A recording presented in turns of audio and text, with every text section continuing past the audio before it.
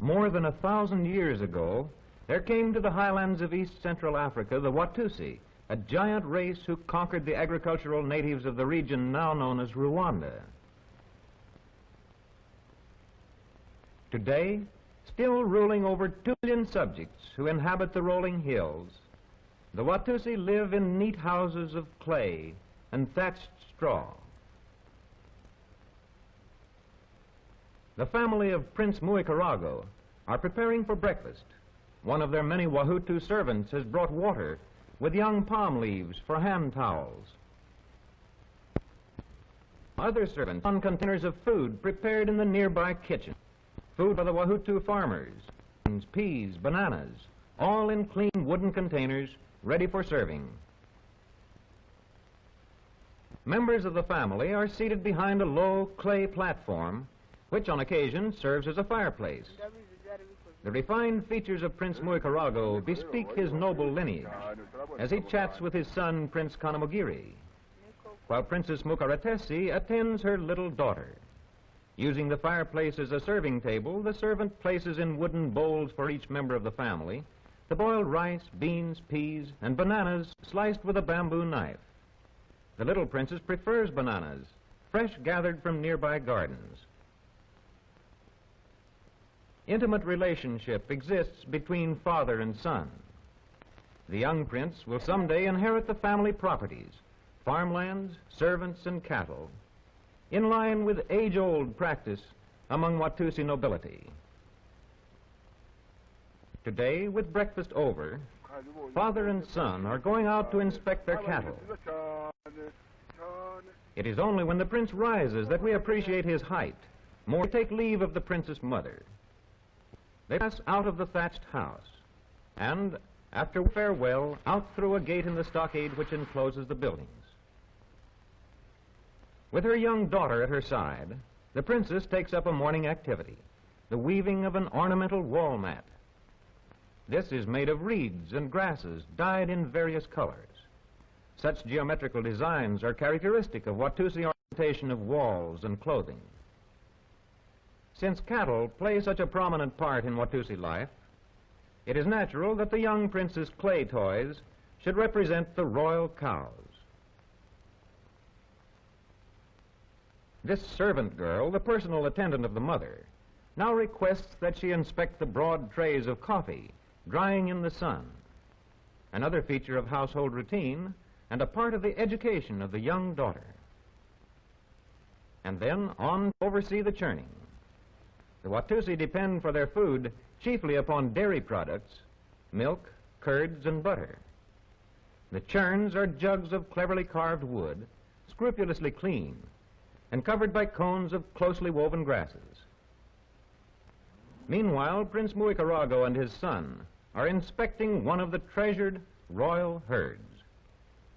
Cows with huge horns, often measuring 10 feet from tip to tip. The head herdsman has called attention to an ailing animal. The prince sends his son off to play with some comrades before he begins the incantations which are calculated to restore the cow to health.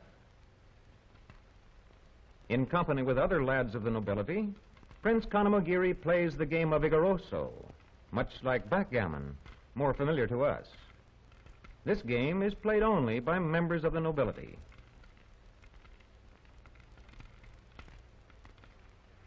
There comes a sudden interruption.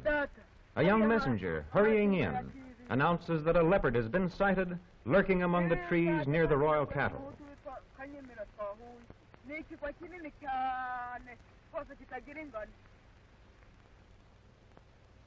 The father must be warned at once.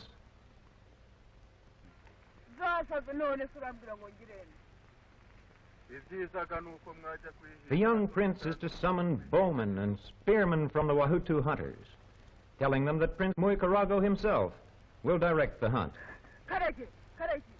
Straight to the hut of Muganda, head man of his father's hunters, goes the young prince with his message.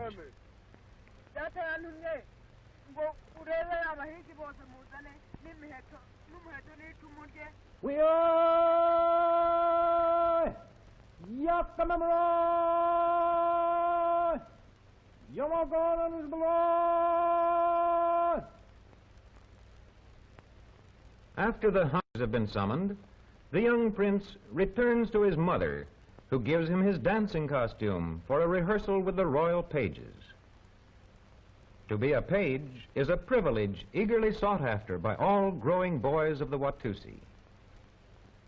Meanwhile, replacing his father, who is busy with the hunt, he has another duty: to supervise the ceremonial dance of the Wahutu farmers, subjects of the Watusi nobility. This dance occurs at planting time each year. High into the air go the crude hoes of the workers, who wear a ceremonial garb that represents the green foliage of growing crops.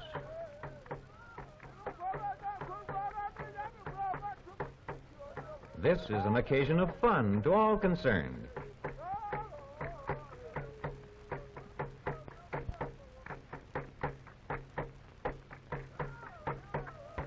Now the young prince calls for the second stage of the ceremonial, with the dancers arranged in 2 long rows.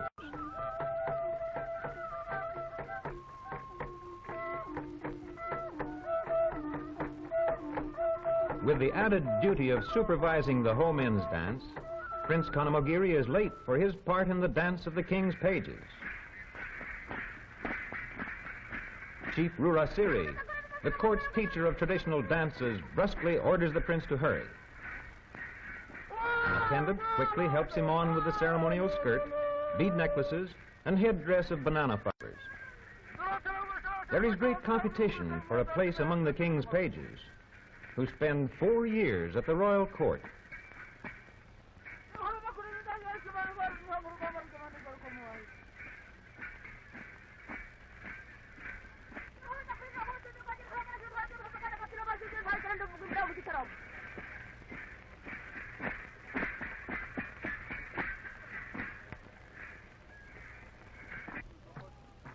The Wahutu servants, having finished their dancing, now wait while their comrades bring on a hollowed log vessel and jars of fermented honey and milk for the drinking that will end the festivities. In his father's absence, the young prince must supervise this also, a duty for which the dancing master excuses him. The Wahutu have their own type of drinking straws, large hollow reeds which have been set all about the vessel of milk and honey. The young prince gives the signal.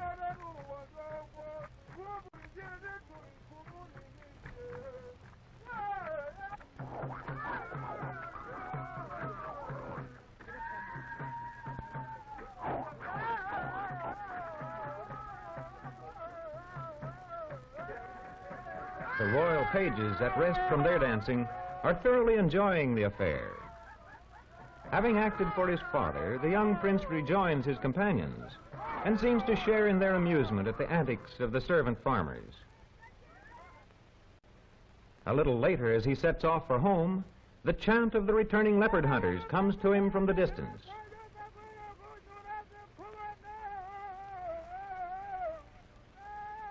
Eagerly, he looks to see whether the hunt has been successful. Then, dropping his ceremonial robes, he dashes off to join his father and the party. The hunt has indeed been a success. After an affectionate greeting, the prince proudly exhibits the quarry. With delight, the young prince examines the dead leopard, no longer a menace to the precious herds. Finally, evening comes, and the day's routine is ended with the washing of the feet by a household servant.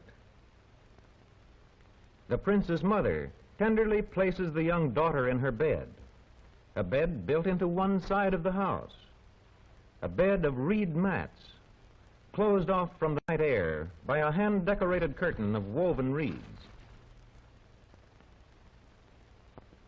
The young prince, too, is ready for rest upon his bed of mats after a fond good night from his mother. The light, dry reeds blazing on the clay hearth are carried out, and night falls upon the royal Watusi household.